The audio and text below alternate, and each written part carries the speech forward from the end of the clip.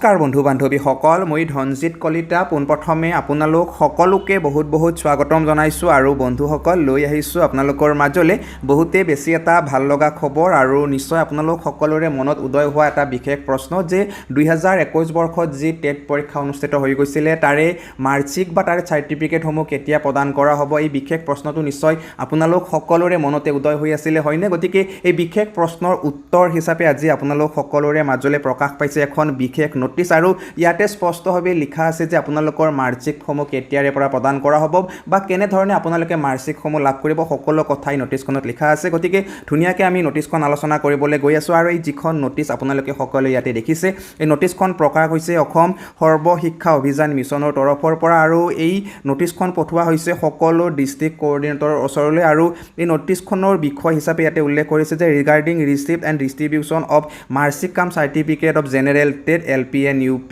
held on 30/10/2021 অৰ্থাৎ 2021 30/10 যিটো মানে পৰীক্ষা অনুষ্ঠিত হৈছিলে LP আৰু UPৰ বাবে তাৰে মাৰ্কশ্বিট আৰু চাৰ্টিফিকেটসমূহৰ সন্দৰ্ভত ইয়াতে নোটিছখন প্ৰকাশ হৈছে আৰু এইখনত সকলো কথাই পইণ্ট হিচাপে ধৰি দিছে। নিশ্চয় আপোনালোকে সকলোৱে প্ৰায় বুজিব পাৰিছে যে ইয়াৰে যিটো প্ৰথমটো পইণ্টত লিখিছে যে এই যিসমূহ মাৰ্কশ্বিট কাম চাৰ্টিফিকেট সেইসমূহ 16 মাৰ্চ তাৰিখে আহিব আৰু সেইসমূহ যিটো সমগ্ৰ শিক্ষা অৰ্থাৎ যিসমূহ ডিষ্ট্ৰিক্টৰ যিটো মানে কোঅৰ্ডিনেটৰ আছে কোঅৰ্ডিনেটৰৰ ওচৰলৈ এই চাৰ্টিফিকেটসমূহ আহিব বুলি ইয়াতে উল্লেখ আছে। লগতে ইয়াতে জনাইছে যে 2 নম্বৰ পইণ্ট হিচাপে যে যিসমূহ মাৰ্কশ্বিট বা চাৰ্টিফিকেট ইয়াতে আহিব সেই সকলোসমূহে খুব ধুনীয়াকৈ মানে সুৰক্ষিত থাকিব, ইয়াৰ মানে যিটো ব্যৱস্থা সেই ব্যৱস্থাও প্ৰতিখন ডিষ্ট্ৰিক্টে ইয়াতে ল'ব লাগিব বুলি উল্লেখ আছে। লগতে ইয়াৰে যিটো আপোনালোকে যেতিয়া ৰিচিভ কৰোঁতে কেনেধৰণৰ ফৰ্মেট মানে আপোনালোকে চহী কৰিব লাগিব বা ঠিক তেনেকুৱা সন্দৰ্ভত ইয়াতে এটা ফৰ্মেট লিখি দিছে যে ইয়াতে প্ৰথমে চিৰিয়েল নাম্বাৰ হিচাপে থাকিব, তাৰপিছত আপোনালোকৰ নাম থাকিব, টেটৰ ৰোল নম্বৰ,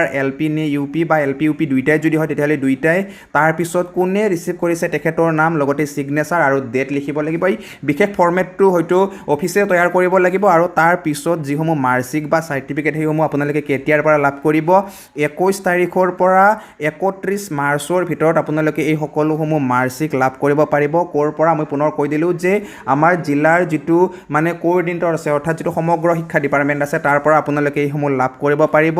তাৰপিছত ইয়াতে উল্লেখ আছে যে যদি কিবা কাৰণত মানে আপোনালোকৰ সেই মাৰ্কশ্বিটখন বা আপোনালোকৰ সেই চাৰ্টিফিকেটখন যদি আপুনি নাযায়, আপোনাৰ হৈ যদি কোনোবা বেলেগে যায় আনিব, তেতিয়াহ'লে কি কৰিব লাগিব যে আপোনাৰ যিখন এডমিট কাৰ্ড সেই এডমিট কাৰ্ডখন নিব লাগিব। লগতে আপোনালোকৰ নিজা এনেকুৱা কিবা যিটো মানে এখন যিকোনো ডকুমেণ্টছ এখন তেখেতসকলে লৈ যাব লাগিব আৰু যদি আপুনি নিজেই যদি সেই কেণ্ডিডেটজন হয় তেতিয়াহ'লে আপুনি নিজেও মানে এডমিট কাৰ্ড লৈ যাব লাগিব আৰু আপুনি আপোনাৰ যিখন মানে চাৰ্টিফিকেট বা মাৰ্কশ্বিট সেইখন আপুনি লাভ কৰিব পাৰিব। আৰু ইয়াতে এটা বস্তু লিখিছে যে শেষত যদি আপোনালোকৰ কিবা ইয়াতে ভুল থাকে তেতিয়াহ'লে আপোনালোকে সেৱা অফিচৰ লগত যোগাযোগ কৰিব লাগিব। অকল এইখিনি আছিল থুলমূলকৈ আজিৰ এই নোটিছখনত আৰু নিশ্চয়কৈ আপোনালোকে ইয়াৰ পৰা স্পষ্টভাৱে এটা কথাই সকলোৱে গম পালে যে অহা 21 মাৰ্চৰ পৰা 31 মাৰ্চৰ ভিতৰত আপোনালোকে সকলোৱে আপোনালোকৰ মাৰ্কশ্বিট বা চাৰ্টিফিকেটসমূহ লাভ কৰিব পাৰিব। আৰু সেইখিনি কথাৰ পৰা আমি এটা বিশেষ কথা অনুমান কৰিব পাৰোঁ যে যিসমূহ মেৰিট লিষ্ট প্ৰকাশ হ'বলৈ গৈ আছে সেইসমূহ মেৰিট লিষ্টটো হয়তো খুব সোনকালে প্ৰকাশ হ'ব, অৰ্থাৎ আমি অনুমান কৰিব পাৰোঁ যে এপ্ৰিলৰ হয়তো প্ৰথমটো সপ্তাহতে প্ৰথমখন মেৰিট লিষ্ট প্ৰকাশ হ'ব পাৰে আৰু এয়া আমি অনুমান কৰিব পাৰোঁ। গতিকে হয়তো এয়া সম্ভৱো হ'ব পাৰে। আপোনালোকে ধুনীয়াকৈ অপেক্ষা কৰি থাকক, খুব সোনকালে মেৰিট লিষ্ট প্ৰকাশ হ'বলৈ গৈ আছে। আৰু আজিৰ ভিডিঅ'টোত ইমানখিনি আছিল। কেনেকুৱা পালে আপোনালোকে ভিডিঅ'টো চাই সকলোৱে জনাব। যদি ভাল পাইছে তেতিয়াহ'লে আপোনালোকৰ সকলো বন্ধুবৰ্গৰ মাজলৈ শ্বেয়াৰ কৰিব।